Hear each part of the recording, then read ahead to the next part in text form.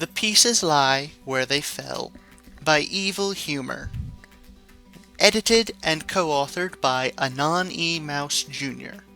Read for you by My Name is R. Chapter 15. Vix-Lei. It was late by the time she and Nighty made it back to the hideout, with the Bat Pony in a somewhat good mood. He was a bit bummed out by being late, but now that they were here, Nighty could see Paigey and be all happy-like. Standing in front of the doorway, Vix-Lei reached up for the hidden latches and tugged the door open. Vitaly had said it was hard to Wait. Vitaly didn't sound right. Scratching her chin to think of a proper nickname for the jungle kitty cat, she waved Nighty through the doorway before closing it behind her. She then turned around in the pitch-black room, wondering how they'd get to where the rest were hidden. "This way," Nighty said from her waist, his hoofy steps all confident and assured. "I'm assuming you cannot see?" "You know what they say about assuming, eh, Nighty?" She could hear the glare he was giving her, and in a weak chuckle she rubbed the back of her head, with her horns just scraping the ceiling. "But nah, I can't see anything." Nighty grunted, before reaching out with his wing. With him going all grumpy again, Vix-Lei saw that she just needed to hit him up with a better joke, so she followed him through the hideout that she had to duck through after hitting her head on some old signs. "Careful there, Nighty. Almost scuffed my pretty nose on that one there." She bumped into him, pretty sure he wasn't doing it on purpose. The fact he was still quiet didn't really calm her worries. Finally, Nighty stopped in front of what should be a door, with Vix-Lei reaching out for the handle. Opening it to see light at last, Vix-Lei could see the rest of the gang all waiting for them through her squinting black eyes. "Sup, guys," she said, as Nighty went right past her and to his mare friend, closing the door behind her. "That's odd," No, that didn't sound right either, said as she tilted her head at some odd box in the corner of the ceiling. "The alarm for the entrance didn't go off." "Well, I know I pulled that door open, so..." Vix-Lei shrugged, as the kitty cat and Double D shared looks with each other. "What?" "Nothing," Rexy said, as he sat next to Windy.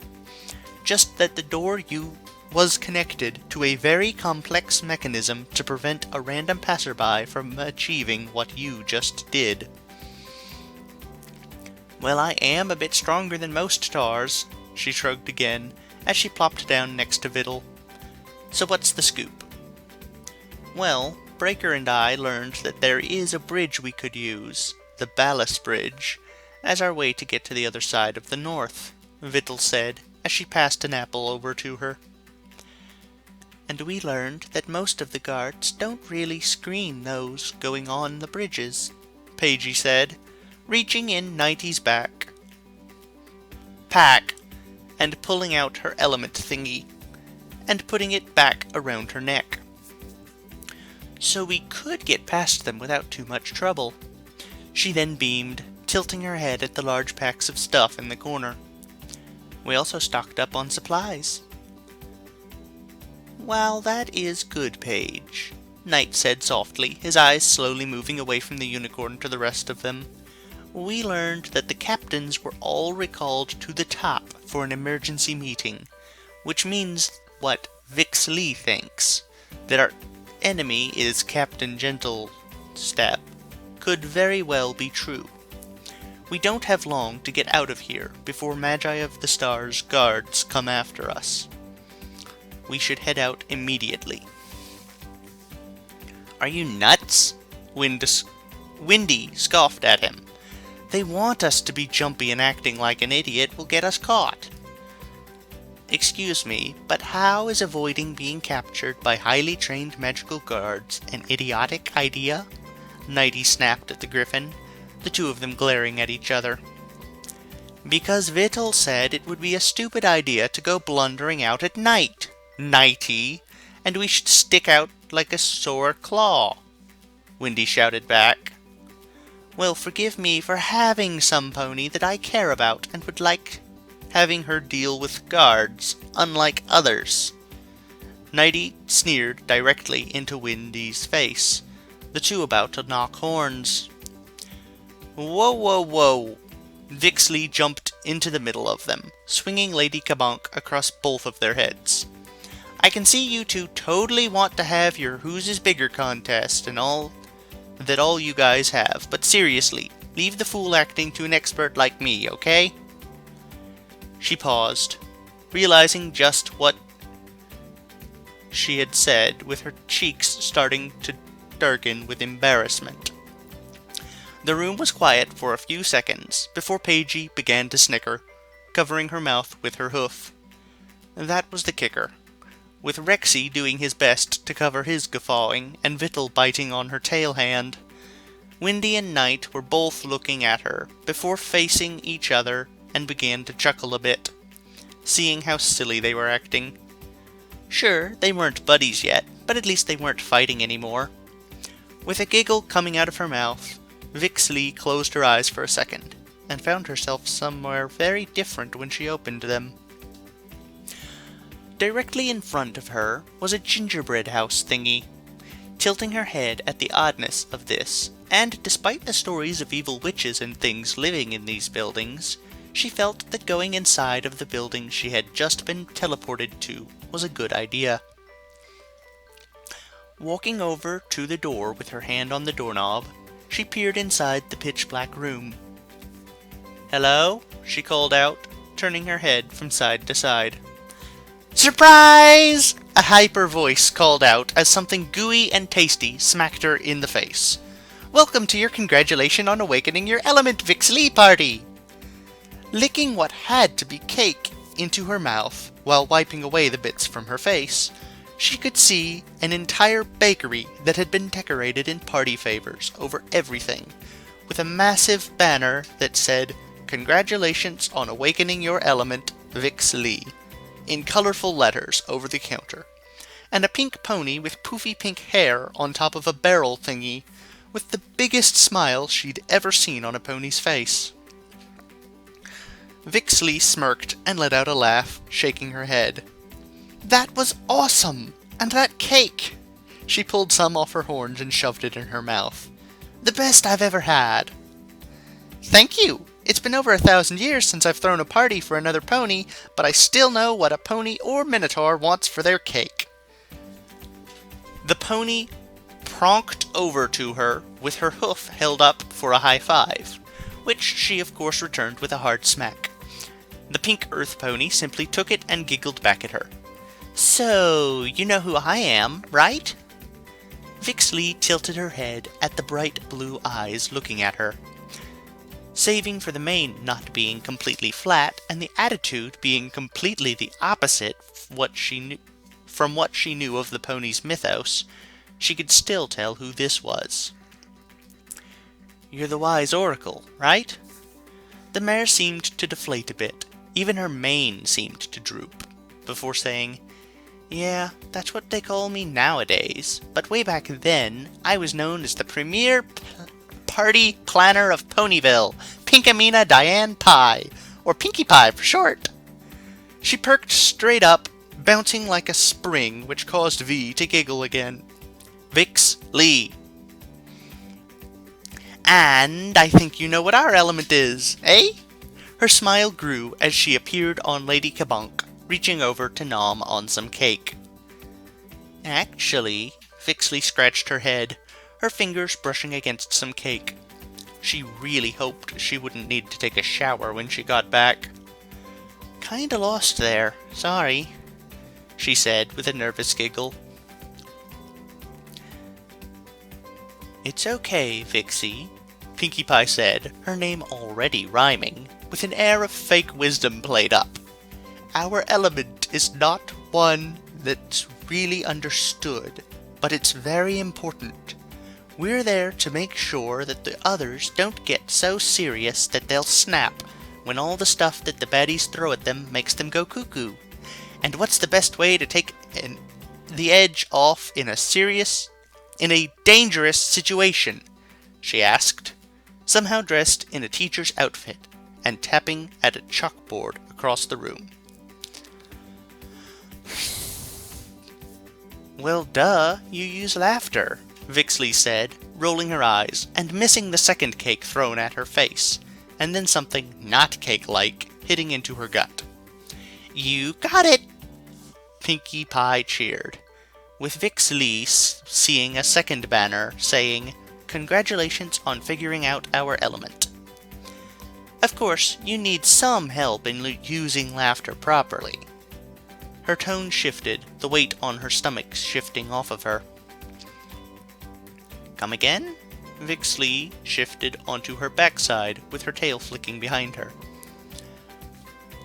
While you are in touch with our element, Vixie, you need to learn that sometimes laughter isn't the answer to the problem, Pinkie Pie said, with her mane falling flat against her head, her eyes hard all of a sudden. I know you know this. It's why you left Ledra, because your jokes annoyed every tar there that you had to leave, not because they were all boring. And if you don't learn how to tell the difference between a funny joke and a mean joke, the rest of yours won't like you for much longer. Vix-Lei let out a sigh, wrapping her arms around herself. It's hard, she muttered softly. I mean, I know I'm not the brightest tar around, and sometimes it's hard to talk to others, so making jokes is the easiest way to break the ice, and I don't always think through, and... Silly filly, Pinkie Pie said, pulling her into a hug. Laughter wouldn't be so important if it were easy. You have to learn what makes others tick, so you know how to make them happy, as well as when to be serious so they know they can always count on you, and not dismiss you for being useless or insensitive. Laughter is a tough balancing act, but the reward is having every pony smiling and happy and laughing with you. Thanks, Vix-Lei said, pulling the pony into a hug before sighing. I guess I need to cut back on the jokes with the others, as I can kinda tell that Rexy and the others don't like me that much. Yep, Pinkie Pie said, nodding her head, but I am sure that you will do fine from now on, and that's a pinky promise you can take to the bank. Laughing, Vix-Lei pulled her into another hug. Thanks again, Pinkie, she said, before smiling for real. For everything, I mean, It's okay, I understand, Pinkie said, before shooing her away with her hooves. Now it's time for you to wake up, okay? Okay, Vix-Lei said, nodding her head and closing her eyes, opening to see herself back in the hideout with the rest of the gang looking worried at her. She was confident that now things were going to be totally awesome, with the gold necklace of a hammer around her neck being her witness. Alright, in this chapter, I see that yes, there's going to be a spot where they meet the element bearer each time, I believe. Also, we see that Vix-Lei adds Y to the end of everything. I mean, maybe some of you already noticed that, but it really stuck out to me here. She just loves adding Y to the end of words. That's a thing. Rexy, Nighty, Pagey, Windy. Vittle's the only one she gets stuck on.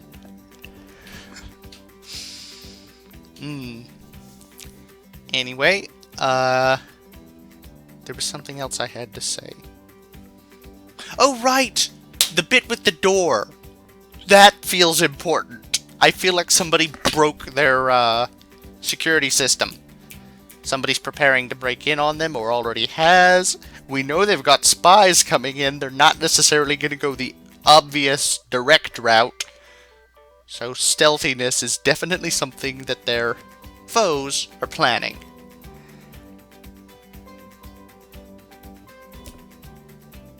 I don't know what they should do about that. They don't know that, so, we'll see how that goes, won't we? Anyway, thanks to all of you for listening. I'll see you again later. Hope you all had a lovely time. Bye, everyone. Oh, and how could I forget?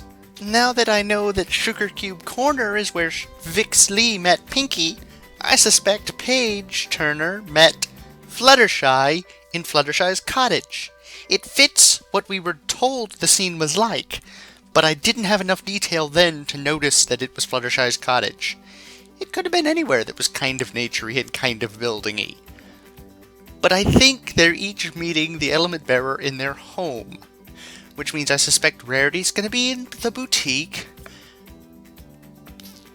Twilight's going to be in the library, and Applejack in the farmhouse, and Rainbow Dash in her house. Yep. Anyway, that's all. Bye again. Still hope you have a good time.